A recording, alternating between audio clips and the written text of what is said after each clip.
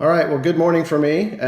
Being in the central time zone, it's early yet, but today, as part of .NET Conf, I'm going to share kind of a beginner's or introductory look at modern .NET messaging and where we're at and kind of the state of things.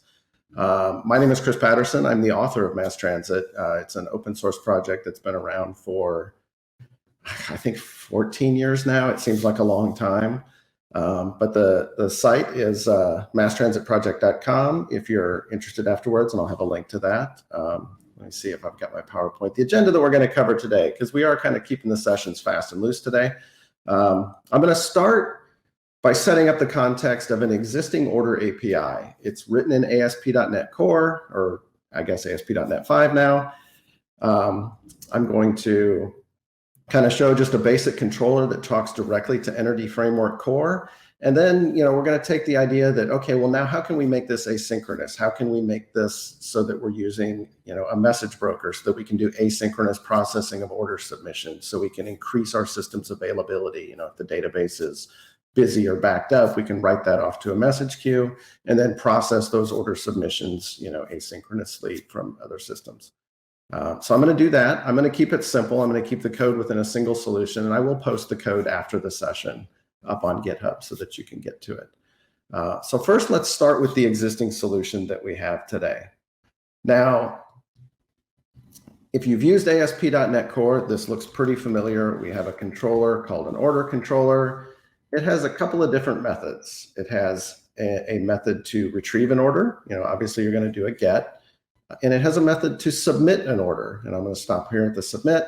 And the submit just takes an order model, checks if it's valid, puts the order into a DB context, saves the changes, and then returns that order back. And if we look at that run, we should be able to see, assuming it opens in the correct window, we should be able to come in here and then submit that order. So if I come in here, just using the Swagger UI, I say, try it out. I put in an order number of order 123, and I'm going to copy this GUID because I'm going to need it. I'm going to paste this in, and I can see that I've submitted an order. And nothing really comes out of the log here when you're using Visual Studio Writer, whatever. The logging doesn't contain a whole lot. But I'm going to check and see if I can actually get that order so I can verify that my REST call works for getting the order. And we can see that, yep, the order status is submitted. Now I'm the boss. I can approve the order. So I'm going to come in here and I'm going to post an API request to submit that order or to accept that order. And I can see that the order status here has changed to accepted. And this is all happening, synchronously within the controller that I have here. When I call accept, it's just doing a DB context lookup for the orders, finding an order with that order ID, and if it's found, it's just changing the status to accepted, calling update, and then save changes async. So very simple, direct. Didn't try to do a lot of abstraction here with things like repository patterns and all that. I wanted to keep it kind of simple. So looking back in here, everything is talking directly to the DB context, which means that I have to know everything about the database. And if I go out and I turn off the database, which I could do here, bloop, we just killed the database. Now, if I come out here to do a get, well, a get is not going to be a good one to do an example of, but let's say I want to submit another order now. Let's make this order number 5, and this is order number 1, 2, 3, 4. If I try to execute this now, I am going to get the dreaded internal server error that I couldn't connect to the database and the world is not happy and it's the end of life as we know it. At this point, we can't accept orders and our boss is trying to say, okay, well, let's figure out why our order site is down. And it's like, oh, well, the database is backed up, the database recycled. If anybody uses cloud-based databases, maybe you hit a capacity cap and it blocked you, server too busy, things like that. So all that fun stuff. So let's see how we can kind of fix that and kind of change and move away from that model. So I'm going to stop this. I'm going to jump out here. I'm going to check out using MassTransit because I'm not going to live code this. If you want live coding, there is plenty of that on my YouTube channel. There is no way that we're going to do that in this type of scenario. Jump back over to Writer. It's going to reload the solution with a number of different changes. And I'm also going to nuke the database completely and bring up a fresh one so that we're starting on. Now, in this case, I've made a few changes to the system. I've added MassTransit to the solution.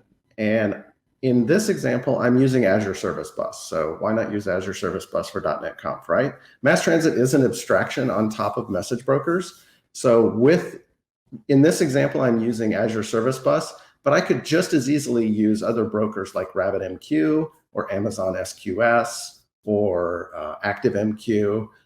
So you have some different options. You're also able to consume messages from Event Hub and Kafka with the exact same consumers and sagas and behaviors that we have built in with MassTransit. So you get some scalability in terms of development of being able to apply the same business components across a variety of different message brokers and ingest paths. So pretty flexible there. So in the previous solution, order was just a simple entity that just had an order ID and a status on it.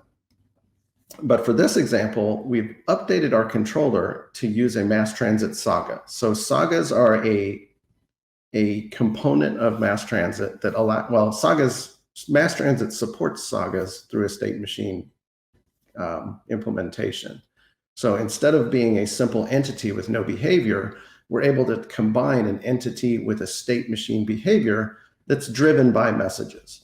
So if I look at the change in my controller now, my controller got really simple. No database talking whatsoever. It just says, okay, well, for a submit, when I get an order, I am just going to publish a submit order command and return accepted to the API request. And by accepted meaning, it isn't okay yet. I mean, I haven't actually committed this to the database yet. But if, in an earlier session today, there was discussion about eventual consistency and looser consistency models.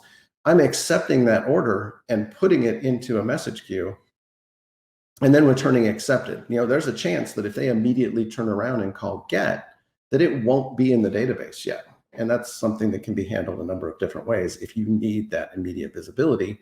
But for this case, all we want to do is be able to accept when they call submit order to get that order captured and into our system, even if the database is unavailable.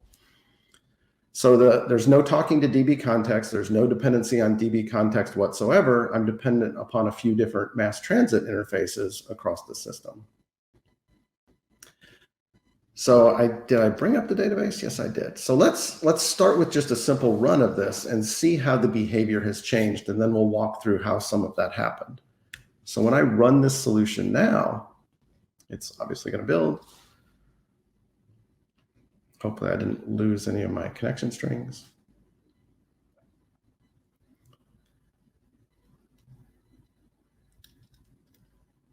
We have the same Swagger UI, only this time, if we look at the log that's output, we can see that it's configured a few different things. MassTransit has written a few log messages out, such as setting up, starting the bus, connecting to Azure Service Bus, creating subscriptions. All of the topics and queues and message-related broker elements, MassTransit applies conventions to set all that up for you. So you don't have to go up and manually configure all of this stuff. It's already taken care of by MassTransit. So let's come in here and post an order. Just like we did last time. We're going to try it out. We're going to put order 1, 2, 3. We're going to use the happy path first. We're going to assume everything's up and running. And we're going to execute. We're going to get it back to see that the order has been submitted. So we have that same status. We hit that controller method. And if we go up to the get, we should be able to get that same order ID. So let's come in here. We're going to get that order. Hopefully it works. Where are we at? Where are we at? Where are we at? What did I miss? Oh yeah, there it is. Order 1, 2, 3, submitted. Great, everything's grand. We're going to go and accept that order now. So let's go ahead and accept that order and say that it's valid. We got the accepted status. And then even now, if we go up and just do an execute on this again, we'll see that it came back as accepted. So we're able to submit the orders. Now let's do what we did in the previous example that failed. Let's go nuke the database, because why not, right? Now let's go post another order. Let's change this to a 5. Let's change this to a 4. And let's execute. Boom. I immediately see submitted. I see order 124. I see the order ID is there, but I didn't get an error. It didn't give me any problems. I was able to submit that order. Now, if I try to get that order with the database down, obviously that's going to be an issue. I'm going to sit here and it will time out, or actually it will come back with a not found. Oh, and it came up with an error. Yeah, transient failure. Yeah, fun. Because we actually did get a fault and we didn't catch it and handle it differently. But we're not able to get that because that's there. But we were able to accept the order. So if we look in here, we can see that there was an error. We can see that the database server couldn't be connected. We could bring the database server back up and come back into here. And if we go to ding, we're waiting on this here. And so now, again, if we come in here, we execute this little guy here. Again, we still see the submitted. And if we go up here to the get, which is the 65, we should see the order submitted, order 124. And we could also go in and accept that same order down below, which I think this was just a 5. And we should see accepted. And then if we go up to the top again and run to get the status, we should see accepted. So when we brought the database back up, the order was submitted, we were able to get the order and then accept the order, and all was happy. So good times, great times. So what's the difference in code between the two of those? And let's take a look at that, because that's really what we want to see here, is what was required to implement this. So we looked at the submit before, where all we're doing is publishing submit order. Now, submit order is a simple message class. In this case, I'm using a record. It just has the order ID and the order number. And this is what would be considered a command type of message. A command is just like a method that you're telling something to do it. It's like, I'm telling you I want to submit an order. This is the order ID. This is the order number. And when we send a command, it's a fire and forget operation. I'm wanting it to happen. I know it's going to happen. When I get the acknowledgement back that it's been written to the message broker, I know that that message is durable and will be there. So I don't have to worry about if it's going to happen or checking result codes. And so I'm able to just acknowledge that that order was accepted on the web API. The handling of this message happens in a separate thread. It's picked up, MassTransit, it's a framework. So when you connect to a broker, MassTransit will then push messages into your code through the use of consumers. And there are different consumer types. There are straight up consumers. In this case, we used a Saga. And those consumers, it's just like ASP.NET. In ASP.NET, you write a controller and a controller's action method is called. In MassTransit, you write a consumer or a Saga, and then the methods of your consumer or Saga are called by MassTransit as it consumes messages from the broker. So it follows a lot of the same principles, and MassTransit has a lot of the similar things around like middleware and being able to write pipes and filters and manage scope and all of the container type things. In this case, I'm using a state machine to handle that submit order event. And so MassTransit includes a state machine. It's called Autonomous, and it has a very declarative language of how to declare states and behaviors around the order. And the order, in the previous one, the order was just an entity with a primary key and a status and an order number. In this case, it's very similar. It has a correlation ID, which is a unique GUID that identifies this Saga state machine instance. And then you can see I also have the order number and then a current state, because a state machine always has to be in a state. And in this case, I'm storing that as a string. Now, the behavior that I'm defining is that initially, when that submit order event is received by this state machine instance, and it's correlated based on that order ID, then I want to capture the order number and then transition to a submitted state. So my state machine has two states. Well, it has two built-in states, initial and final, and then two states that I've added. One is called submitted and one is called accepted, to respond to the transitions that can happen when those events occur. So when an order is submitted, I'm going to capture that order number and then transition to submitted.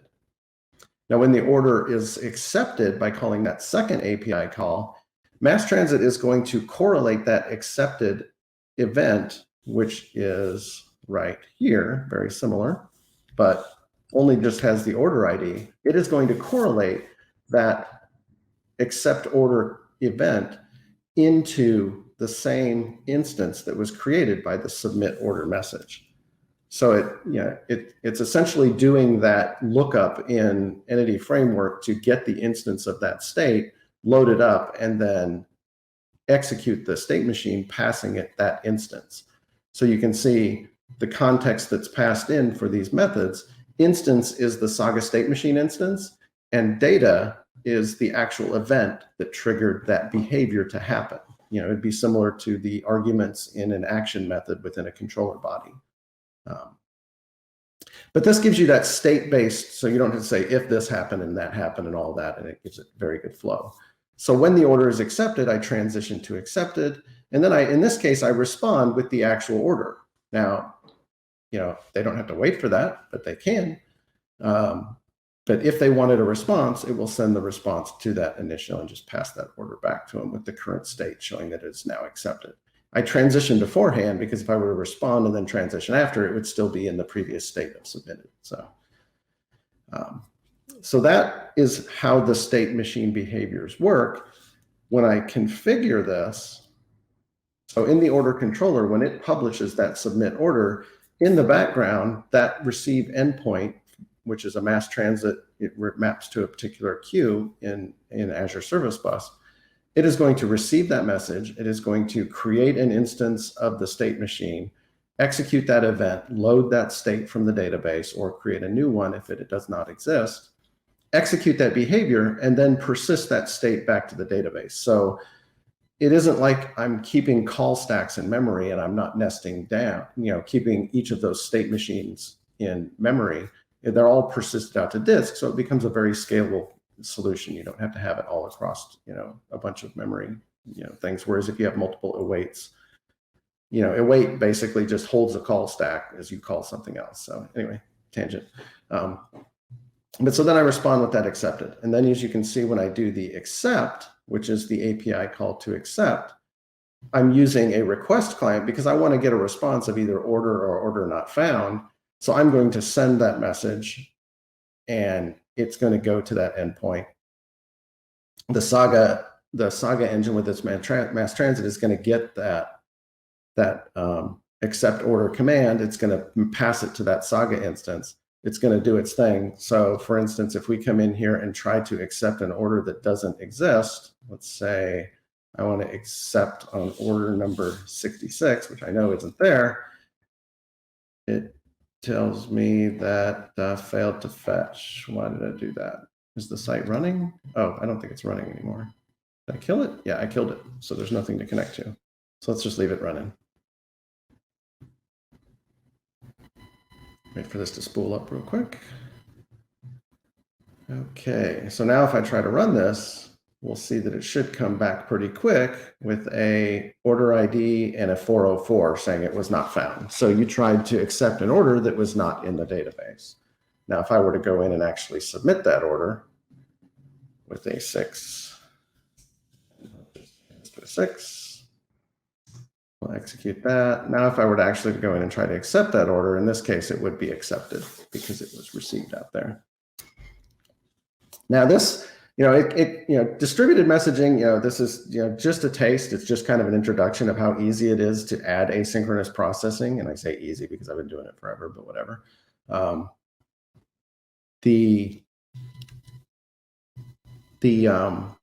Sorry, I just had a brain freeze for a second. The configuration and setup of this is, it integrates nicely with the DI container stuff that's there.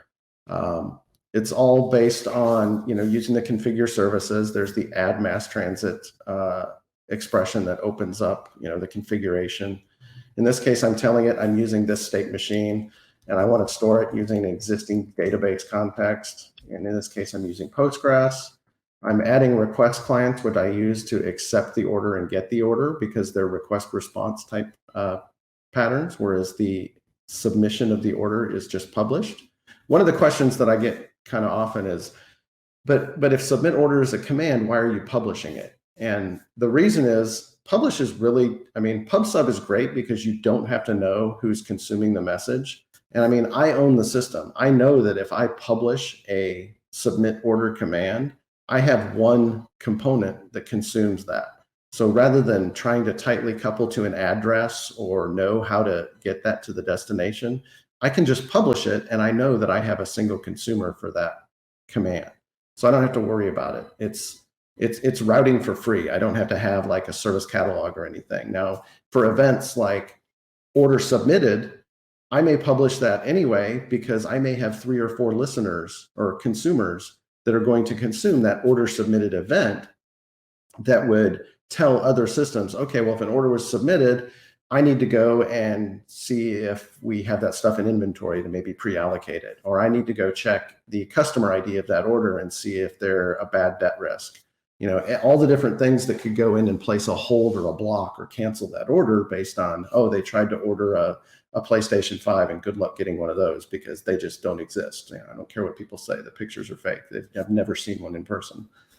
So I understand the messaging infrastructure I have. And so rather than say, okay, well, I know that I'm going to hard code this address for this endpoint for submit order, I can just publish it because I know it'll get there. So that's one nice thing about that. MassTransit does have a number of conventions that applies to all the brokers. So I just add the state machine and say configure endpoints. And if I look at the output of this, I can see that it configured the endpoint. In this case, it called it order state, and it set up the order state machine on it. It automatically will use the name of things to create things like queue names and topic names and things like that. So for instance, if I don't want Pascal case, I could change it to kebab case, and I could just say x.u or set kebab case.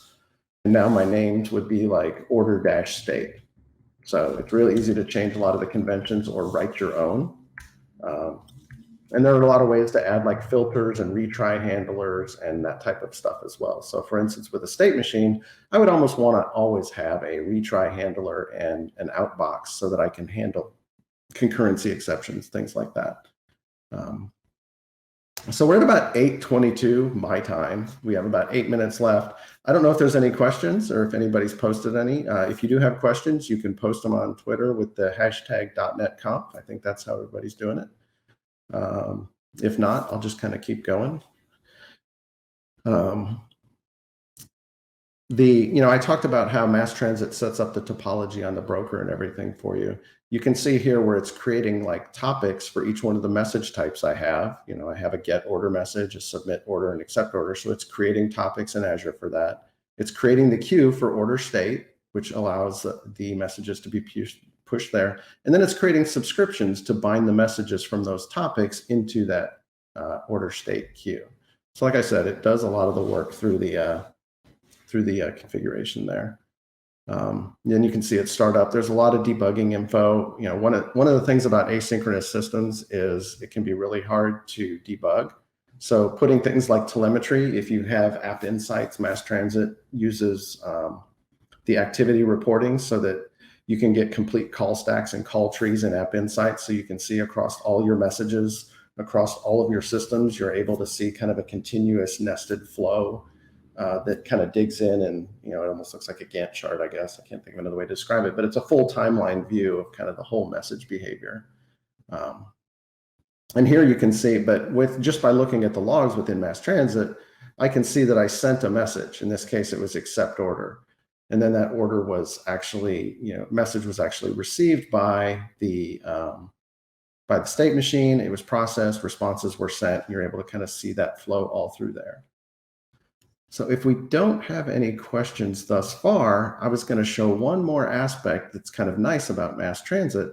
I don't think I'm running right here. Did I kill it? Yeah, I did. I killed it. Okay. So unit testing. How do I test this state machine? So Obviously, I don't want to test with Azure Service Bus. That seems like it would be a little heavy to set up a broker connection to actually test. So MassTransit, again, it supports multiple transports. One of those transports is an in-memory transport that can be used for testing. And so what I wanted to do in this case was I want to test the submission of an order and verify that when I submit an order that I can then actually get that order back. So there's a little bit of setup here, which, it gets to be boilerplate, but it's what it is. You got to set up MSDI. You have to set up all the different components. But in this case, I'm using that same add MassTransit, but here I'm setting up the in-memory test harness. I'm setting up the state machine test harness, the request client's the same as it was before. I'm setting up some scheduling, all that set up. But all I'm doing here is I'm saying if I publish the submit order, I can then wait and see if that message has been consumed. And then I'm doing a request to actually get the order, and then either get order or order not found. And if I run that, I could see that I have a lot of the same log messages. I can compare production versus unit tests. I can see that it actually dispatched, did all that, and that the assertions passed. So you get really nice fast in-memory unit testing with the exact same components I'm running against the production service bus instance. So let's see, we have 2 questions. Let's see here, state machine of MassTransit this, why not publish the new order or an order accepted message? Think I failed to see the point of addition of state. Okay, so you could certainly just use consumers to process and submit the order. In this case, I wanted to actually have order state because you're going to build that in your system anyway. You aren't just going to accept an order. Orders are going to go through states, and order in itself as a noun is going to change its meaning as it goes throughout the system. Is this a submitted order? Is it a accepted order? Is it a order ready to be fulfilled? I mean, nouns kind of change as they go through systems in different bounded contexts. So state is something that we always end up keeping track of, and the state machine makes it a lot nicer than coding all that in a bunch of if-then statements around a bunch of controller methods. So hopefully, you can see that. You could certainly just use a consumer to just go and write to DB context if you wanted to. Very simple. Another question, in the sync example, we got a 500 when the database was down. In the MassTransit example, we got a 200, but what if the message is down, the database is up? Yeah, so your database has got to be pretty highly available, or your message broker has to be fairly highly available. And in my experience, it's been easier to keep a cluster of brokers highly available and up than it has been to keep a database up and available. So you're really just moving the most critical piece of the system from one area to another. But message brokers, because of the way they're designed, they don't have to have transactional consistency. You can partition them a lot easier than some database systems. It's just been generally easier. Now, there are cases where some people like to have a backup plan of like, oh, well, if I can't write to the broker, I'll write to a local database and then forward it on. Those are typically used in like mobile device scenarios with limited connectivity. But yeah, it does put the dependency on the broker being available. And I've just found that brokers from a cost and bottleneck perspective are a lot easier to scale and keep up than an actual database. So hopefully that was good. I think we're about out of time. I will pop up a couple messages here. The final slide just has a couple links, but MassTransit-project.com has links to everything else. And that should get you what you need if you need anything. All right, awesome presentation. Thank you so much, Chris. It was very interesting, and yeah, architecture gets complex, right? The famous "it depends," right? So I guess that it depends where the errors come from, right? Absolutely. No, this is awesome. So first of all, .NET Bot really loved your session, so he gives a thumbs up. This is cool, really good.